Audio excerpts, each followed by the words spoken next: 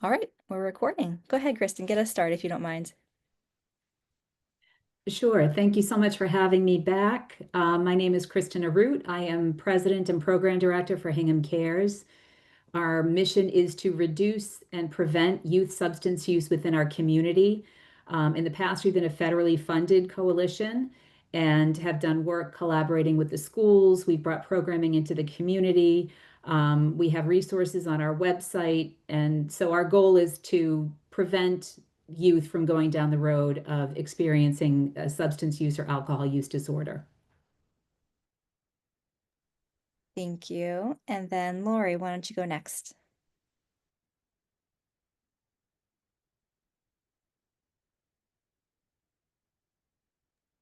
You're muted, Lori. Can she hear us? Oh. All right, there we go. Hi, sorry about that. I'm Lori McCarthy. I'm the executive director and one of the partners at Herren Wellness Center. We are a residential wellness program that treats substance use disorder and any kind of like emotional distress, not severe mental health, but somewhere in the, in the beginning of that.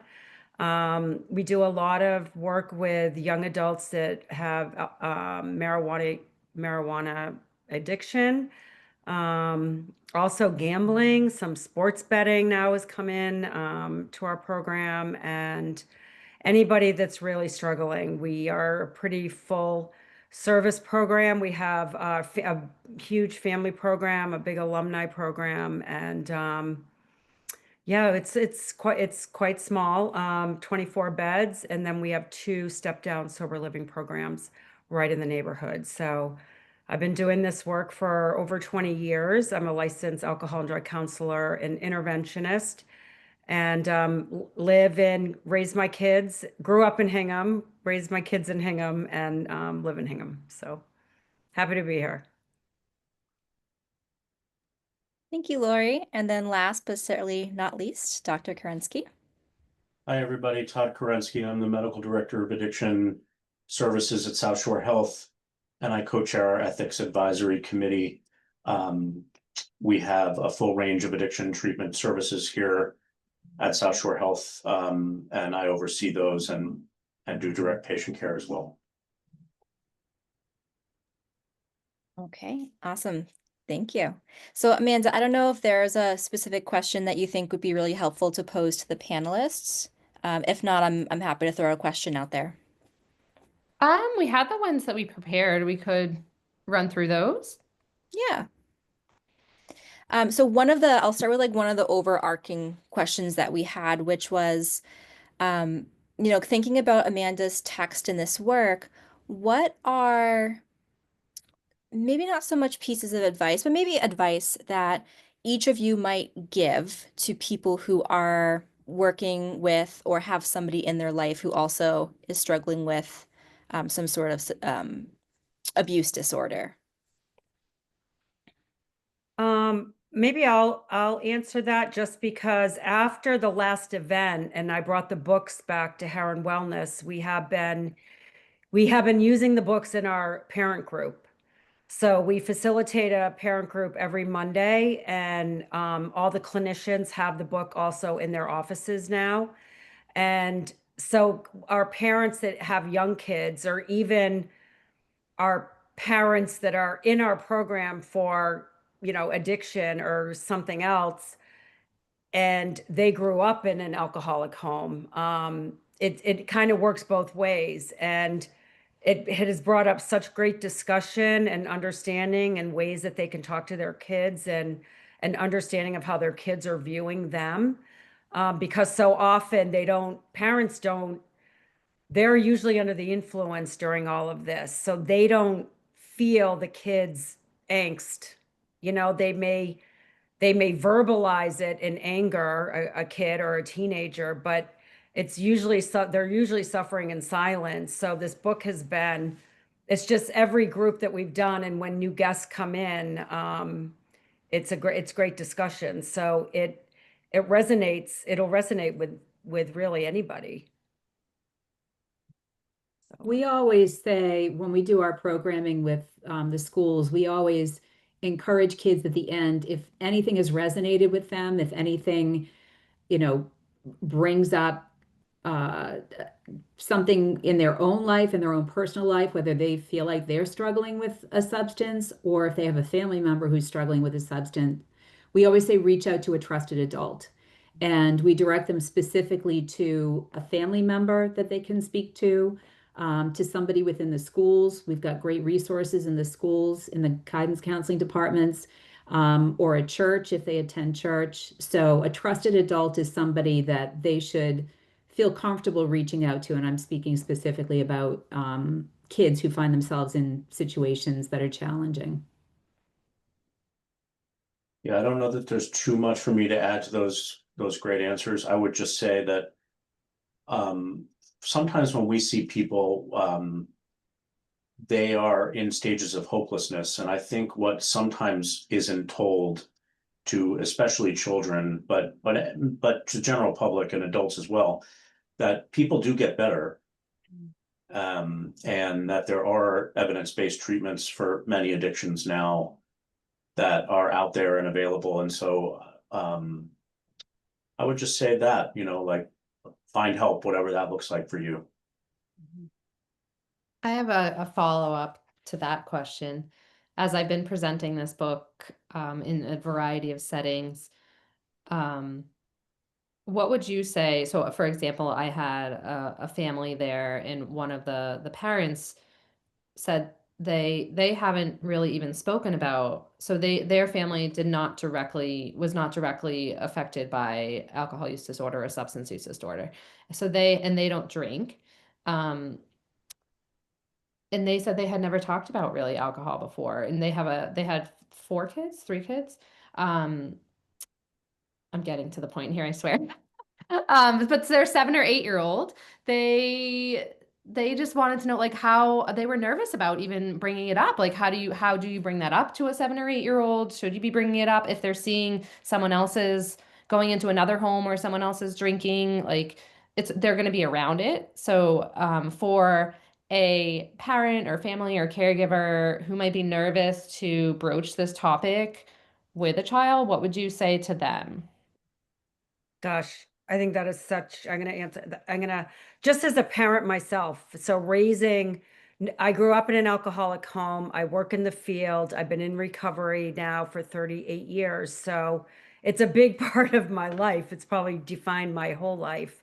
So when my kids were growing up, I was just very attuned to what was going on around us. And I would say that even for parent, just because it should be every parent, in my opinion. Like, you go to an event, it could be a family event, it could be a friend event, and they're going to see adults under the influence. And I think that addressing that, and my kids, I remember at one point they didn't know moms drank alcohol, like because I'm in recovery, my sisters, so all the aunts were in recovery, and in our neighborhood friend group it was like moms drink wine, like they were, they asked that question because it was new to them, and they would see the moms acting funny or different, or Mr. So and so got really mad. And it was just always, I was very attuned. And if they didn't bring it up, I would bring it up. We were at this, we had a ski house at Loon Mountain every year. And we had a huge, group of friends that we all skied with. And one night they were playing like beer pong, and the parents were like, the kids were all around cheering everybody on. And I took my kids out, and the next day I said, I didn't think that was very appropriate, just saying, like, because the parents got really loud and they're screaming, they got really competitive. And it was funny because one of my kids went up with one of the misters on the chairlift, and he said, my mom said that wasn't very appropriate last night. But because they all know what I do, they were always very careful. But just having that like alcohol and from a young age, alcohol is not always your friend. Like you're going to have friends growing up. You're going to see people that, you know, alcohol doesn't look like it's their friend, and that it's going to be like getting them used to that and seeing that. And then when they're in junior high and people are experimenting, and then in high school, it's constant, you know, safety and like Kristen said, call a friend, call a family member, talking about substances as if it's like we have to provide this education. We can't have the educators. We can't rely on just the school to have an addiction course. You know, I think that parents need to be the educators from a young age, and that can do a lot for prevention. So, We personal. have, oh, sorry, Lori. Oh, no, We have a list of conversation starters on our website under our Let's Chat section on our website. Some of them are appropriate for older kids. Some you can definitely bring down into the younger grades.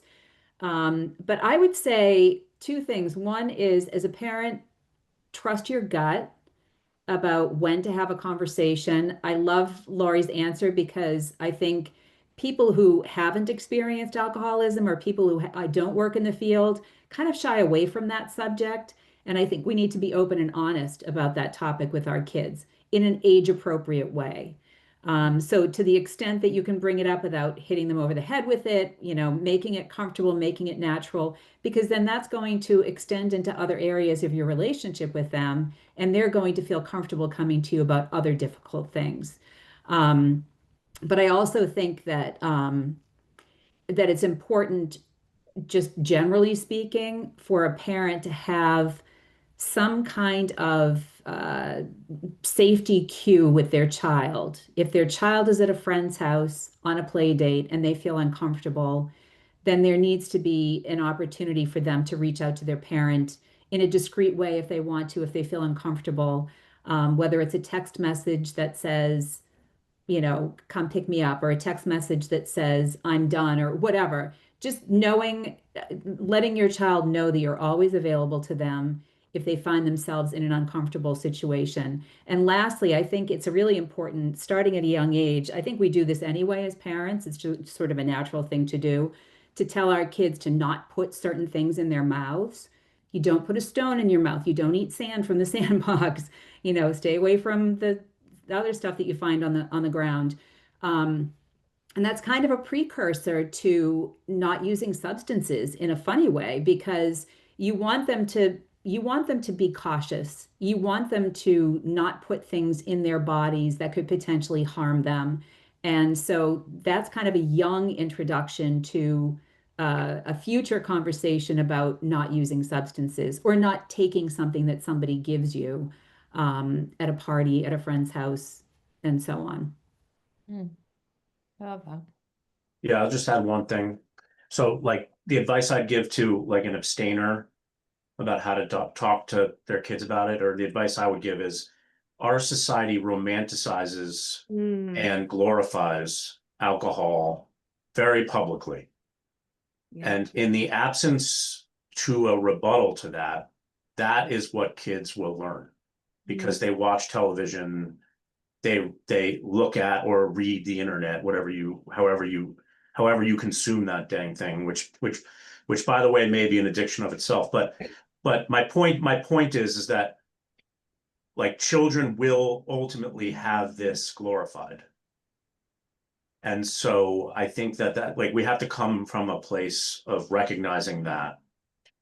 And to some extent that also relates to drugs. Less so, but it does. And so the idea that a family, while very noble and good, will abstain, the idea that that will somehow protect children from these societal ills it's really sort of a fallacy, honestly. And because this came up again when I was presenting about the topic, how do you share about it with children while also helping them understand that this won't happen to everyone? Like some people can drink and be okay, and then some people can drink and not be okay. Because I do, after like presenting on this a bit, like I think that that is important for kids to understand too. Like that's not going to happen to every mommy and daddy, like, or mommy and mommy, or daddy and dad, or it's not going to.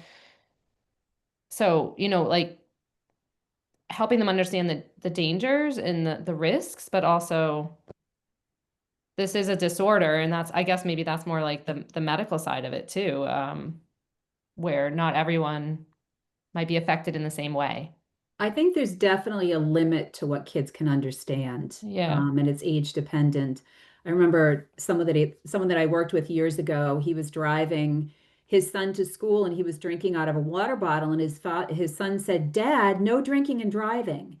So he didn't understand. Like kids don't know what alcohol is. It's a little bit too abstract of a concept. They don't know what drunkenness is. They've never experienced it. It's again, it's too abstract. They witness behavior, and they can, Catch it. draw some conclusions based on that. But I don't know that they necessarily put two and two together. So it's a great question, Amanda. I think it really runs the gamut depending on the age of the child, honestly.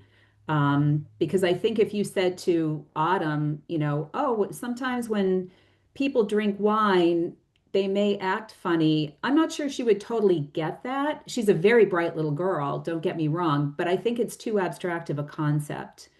Um, it's a great Yeah, question, though. And it is. again, I would say for a parent, you kind of have to trust your gut and know your child and know what they're capable of comprehending and hearing from you. And I think the answer is no one knows who has it. No, Mm-hmm. and sometimes, I mean, I've heard, you can use the allergy analogy, like some people can't eat peanuts, some people can't, That's what, yeah. some people, their bodies, it's different for them. So I think that the answer is, and it's the truth, is no one knows who's gonna get this. Mm-hmm. Mm-hmm. Anybody can, because if you drink enough, you will become addicted to it. That physiologically, I think, Dr.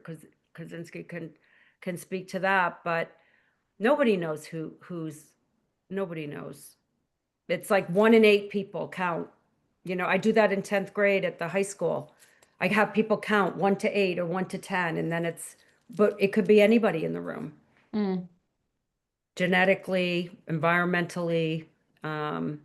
And for kids, it's like Kristen said, it's, your own kid, what they might Mm. get the allergy part. They might get um, some people have diabetes. Some people have to take medicine every day. Some people, I think some of those things. Doc.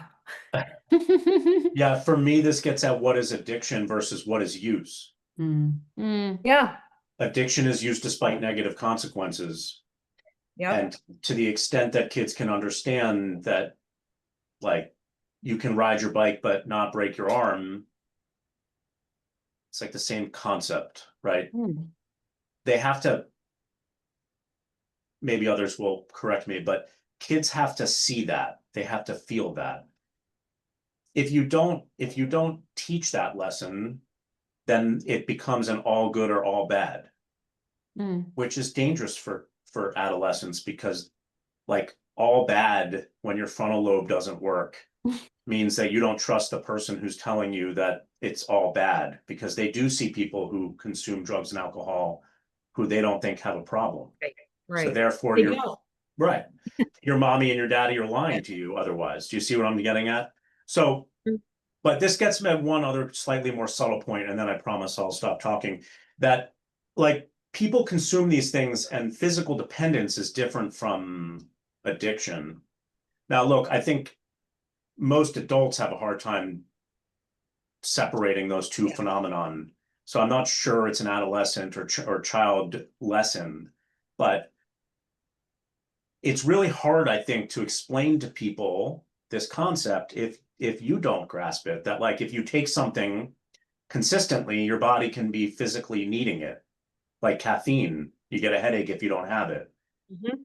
But maybe my life is otherwise fine because I drink 4 cups of coffee a day. So I think there are lessons there. When all that gets introduced and how you do it, I think is completely individualized. But the all good, all bad, and if you don't drink or don't, yeah, I use drink in this case. If you don't drink, I think in showing them wherever, like hey, so and so had a few drinks and they're totally fine. They're normal. Whatever normal means is a lesson I think most adolescents need to get probably before they have their first drink. Yeah. Mm-hmm. I love what you said to Todd about what kids are consuming through the media, through entertainment with regard to substance use and alcohol use. I can't tell you how many times we watch a Netflix show and we're like, that person could never get up and do that after everything that they just drank. How did they sober up so quickly? It makes no sense. So those are like little opportunities to have a conversation with a child. If a child's in the room watching the show with you, you can say that would never happen. You would feel yucky. You would Yes. feel like Yes. you had a cold or you had the flu or you were sick and your head would feel crummy. So, yeah, I think just jumping on any and every opportunity to make the case. Mm. Yeah. And the other quick thing is most kids, unless they grow up in a household with someone with an alcohol use disorder, most kids really don't know what that even means. Right. That's right. Like, so you are telling them that this can be harmful to people, and they're like, really, I don't see that. Mm. So, I think there's an element of also like showing age appropriate children what addiction looks like. I also think as showing them there is a healthy use of alcohol, so it's and kind of pointing that out, and they start to see like what that really is, if it's like, if we make them aware of it. So like my kids have never seen me drink, but because I was sober when we got married, but my husband is a social drinker, and they know like I don't drink at all, but he's responsible, and so they have a good barometer of when that is really off. They can recognize it, and I think kids feel it, like you said, Todd. I think kids feel it. They can feel it, like they're at a friend's house and somebody's had like they're different. They feel like they're different, and it can be scary, you know? We Like do know from the local youth risk behavior survey, I'm not sure what the nationwide numbers are, but kids definitely start using alcohol in particular at a young age, sixth, seventh grade.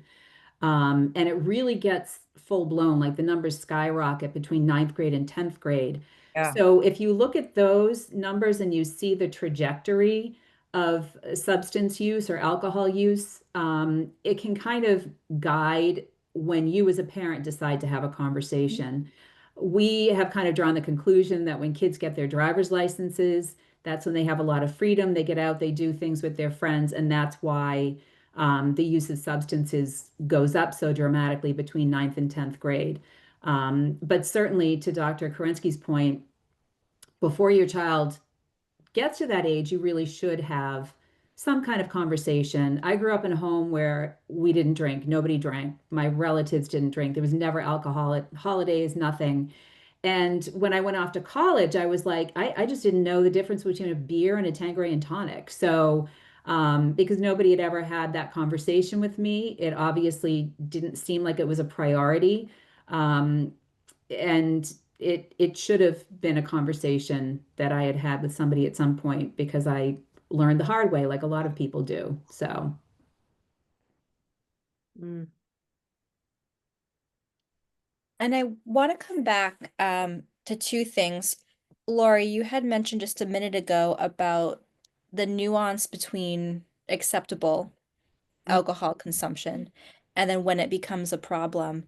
And I'm wondering for you in the recovery space, how do you know when it's a problem? And if you think it's a problem, how can you help that loved one or that person in your life work through that?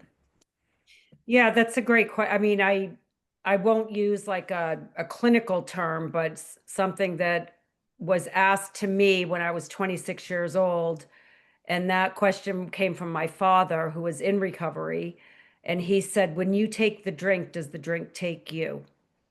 And it was something very, very simple because all of a sudden it was, I became it became, I didn't have control anymore of when I was going to stop. So I would drink, and even if I had a plan to stop or that I had something to do the next day, I drank, I craved more, and without my own permission, so to speak, under the influence, I didn't have that shut-off valve. So, but I think it really is different for everybody. For me, it was an internal just malaise, and I knew a little bit because of my father's sobriety, but I think a lot of people, I think that a lot of people, they defend it or they don't know or they don't think they have it. But it's negative consequences, continue like negative consequences are happening. It's either, it's, I'll say to a couple, whether you identify as an alcoholic or not, doesn't really matter. If alcohol is causing a problem in the marriage, there's an alcohol problem. There's a drinking problem if it's causing trouble in relationships or work, school, daily living, being able to be present and show up. So it can change. It can be very, people's tolerance changes. It can be it's very different for everybody, I think. But and I asked that for my, I can put it in very simple terms for some of our guests, and saying the word alcoholic is really, it's not a great word, like who wants to be one? So the respect around that, we say struggle, we say, you have a trouble with alcohol, and then we say recovery. We don't say you're an alcoholic. And but if I say like alcohol runs the show, like things like that, they can identify with that. So I think the words are just stigmatizing, and some questions. I just have simple questions like that for. It's a good question.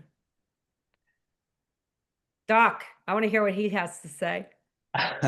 Your story reminds me so much of something that I say all the time, which is that, the addiction community's gotten away from the term abuse. The Yeah. old terms used to be alcohol abuse or substance abuse or whatever. And every time I hear that term now, I internally smile and think to myself, does the person abuse the substance or does the substance abuse the person? Mm. And what you said, Lori, is essentially the same thing in different language. And so it's so good that you told that story, but then also went into the part about diction and how words matter. Um, but not to be technical, like people can drink small amounts, but still have an alcohol use disorder based on the criteria. And then you can have other people who drink what you or I might think is a lot, but not have negative consequences. And this is where kids and adults struggle, because not that many people really can define a person with alcohol use disorder, to use first person language.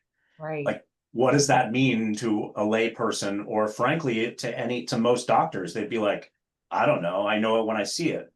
Yeah. Yeah.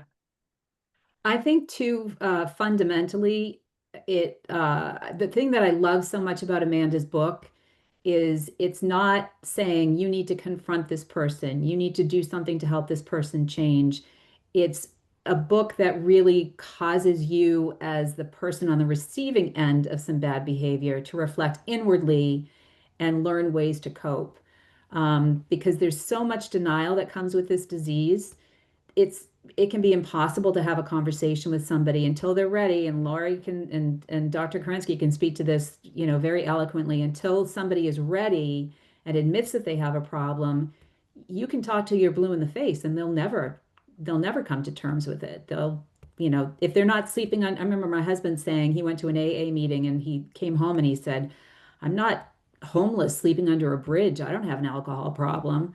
But he did, a very bad one. So until somebody's ready to come to terms with it, there's nothing that you can do to help them, to guide them along. But you do need to work on yourself and your own reactions and your ability to stay strong if you're in a household like that. Super well said. Mm. Very well said. I think that holds true, especially from the child, like when thinking of my childhood, because I often felt helpless. Like as a child, you feel like there's not much you can do. So what are the things you can do to kind of take something back, or feel like you have some ability to control the situation, I guess, or control your own situation. Yeah. I will say that most chronic diseases make people feel that way, though. Mhm. It's That's not true. just addiction or mental Yeah. health, you know, like people with heart failure, liver problems, people lose control of their bodies in that sense, and it can be very anxiety provoking for families to watch chronic illness. Mhm. Mm. That's an That's a good point. point, and so good to remember in all this. It is a chronic disease. Mhm. Yep. While we're talking about chronic diseases, I'm gonna flip this into mental health. Um, if there's people listening out there whose children have a mental health disorder like anxiety, depression, are there any statistics or evidence out there that they're even at an even greater risk for um, venturing into trying, risky behaviors or substance use or Yeah, I think so. I can't. ACEs. Laura, you taught me about ACEs many, many Yeah. years ago. Yep. Yeah, I think all kinds of anxiety, depression, mental health, all of it. How you learn, how you cope, coping strategies that we learn. Oftentimes substances just take the noise down a level, or there's a stat out there that I forget it's such a high percentage of teenagers that go to sleep at night. They use marijuana to go to sleep at night. mhm. I mean, that's like crazy to me. Like they already are depending on something outside themselves to, make them sleep, or, um, yeah, I think that kids that suffer like that definitely, they need coping strategies then, like learn at a young age, how to turn the noise off, or how to soothe themselves, or, um, I think that's really important. I remember when I had twins, um, my first two are twins, and I remember like I made them find their thumbs. Like people are like, you don't let your kids suck their thumbs. Well, with the binkies, I was like, no, I want them to learn how to go, oh, in the crib, and how to soothe themselves like at a young age. And they were fine. They stopped sucking their thumb and all that. But I wanted them to find their own part of themselves that they could, instead of, finding a binky somewhere. So it's just a small example. We'll start wrapping up for the night, but Todd or Kristen or both of y'all, if you guys wanted to chime in too, towards Amanda's question, we do have time for that really quick. I guess I'll keep it brief. I think there's an association between mental health and addiction. But the one thing that people get confused is that association is not causation. And when people have both, there is somewhat of a misconception that if I just wasn't depressed or if I just wasn't anxious, then I just wouldn't drink. And half of my job is fighting that line of thinking, because there is no evidence that I'm aware of anywhere in the history of medicine that if you treat depression or anxiety, that it makes the alcohol or drug use disorder go away. They are distinct disorders. That's a really great point. And I'll just say, unfortunately, there are no predictors. You know, I mentioned ACEs before to Laurie. Laurie was my mentor many years ago. I think I mentioned that the last time we all got together. ACEs stands for Adverse Childhood Experiences. And you, Amanda, are living proof. You suffered an adverse childhood experience, and you're not, to our knowledge anyway, someone who abuses substances. You know, my husband did not suffer adverse childhood experiences, and he ended up an alcoholic. So there's no, you know, we definitely want to look at that potential.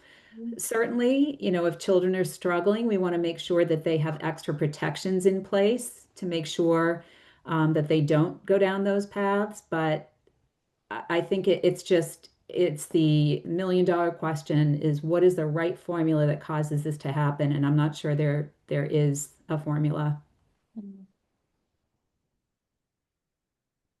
Awesome. And we'll end on that lingering question. If anyone can solve that, that would be amazing. All right. Well, I want to thank Amanda for coming out and talking to us again and rereading your book for us. Appreciate you and your time and everything, the creative process that went into this, and sharing a little bit of your tidbit of your creative process. And then also, Kristen, Lori, Todd, thank you for coming out for the second round of the panel and being flexible to trying a virtual modality for this. I will definitely send the recording to the guests who RSVP'd for this, and then also to our guest list for the in-person events that we did a couple weeks back too. That way we're getting resources and a really robust, again, conversation out there to people who may be interested in learning more from you guys. And if it's okay with you, I'd like to can I send your contact information Oh, or the absolutely. organization Sure. that you guys are all attached to Of course. and the email? Okay. Thank you. Yeah, that's cool. Yeah. The more we do this, the more I think it's the precursor to a YouTube channel. But Yeah. I was thinking the same thing. We need to take our show on the Yeah. road. A podcast. I like being with If you. any- I love being with all you guys. yeah, there's It's some like pretty the profound things that this group comes together with. So I think it kind of would be cool. I don't know. I think it would be very cool. Let's And do I it. just I'm love in. the fact that we each touch on different areas of the spectrum. Yeah. Yeah. Very Yeah. So We'll be in who's touch. who's in charge of that? Who wants to- I have a take that YouTube on. channel. Oh, Yeah, Kristen. I Sure. put we'll figure that out for sure. Let's Yeah. do it. Well, we work very closely with Harbor Media, which is the local Oh, public yes. access station here in Yeah. Hingham. They would love to do something like this. Yes, they're Um, really good up there. They have, yeah. All right. yeah, we were doing our podcast with them. So Sounds good. My agent will be in contact with you. I did put those. I love the conversation starters you had on the website, Kristen. I stuck that link in the email, Alyssa, if you want to include that in there when you send it out to everybody. I think that's great. And if you're okay with it, Kristen, I might put it on my website. Absolutely. Okay. Yes, Okay. please Spread the steal word. away. If anyone else, I think I might have Herren Wellness. Todd, I wouldn't know what link to put on there. Like, do I put straight South Shore Health, or because I have a resources I'll send it to Very- you. Okay. I also introduced you to a couple other people at South Shore that we can help get you over here. So Beautiful. Awesome. I'll email you. Okay, sounds good. Thank you for being here, Sarah. Thank you, Sarah. Thank you. Well, Well, thank you, Amanda. this was a fascinating conversation to listen in on. Mm. You know, like I didn't really have any questions, mostly because I never experienced what Amanda experienced. And so but as a friend and as a fellow writer, when she told me that tonight's event was happening, and I've been meaning to come to one of her events for the new book, I just figured it was a good opportunity to do so. And I really enjoyed this. So thank you all for taking the time to talk about to talk about this because it needs to be talked about more often. Mhm. Thank you. It does. Thank you. Absolutely. Well, thank you for Great. joining, Sarah. You're Thank you, welcome. Yes. everyone. Good to see you Great to have guys. you. Good to see you. We'll all You be in too. touch. Yeah, Right. enjoy your holiday season, everybody. Whatever You you too. celebrate. Thank you so much for organizing, Alyssa, and thanks for your great work, Amanda. Thank you. All All right. right, bye, Bye. Bye, everybody. everybody.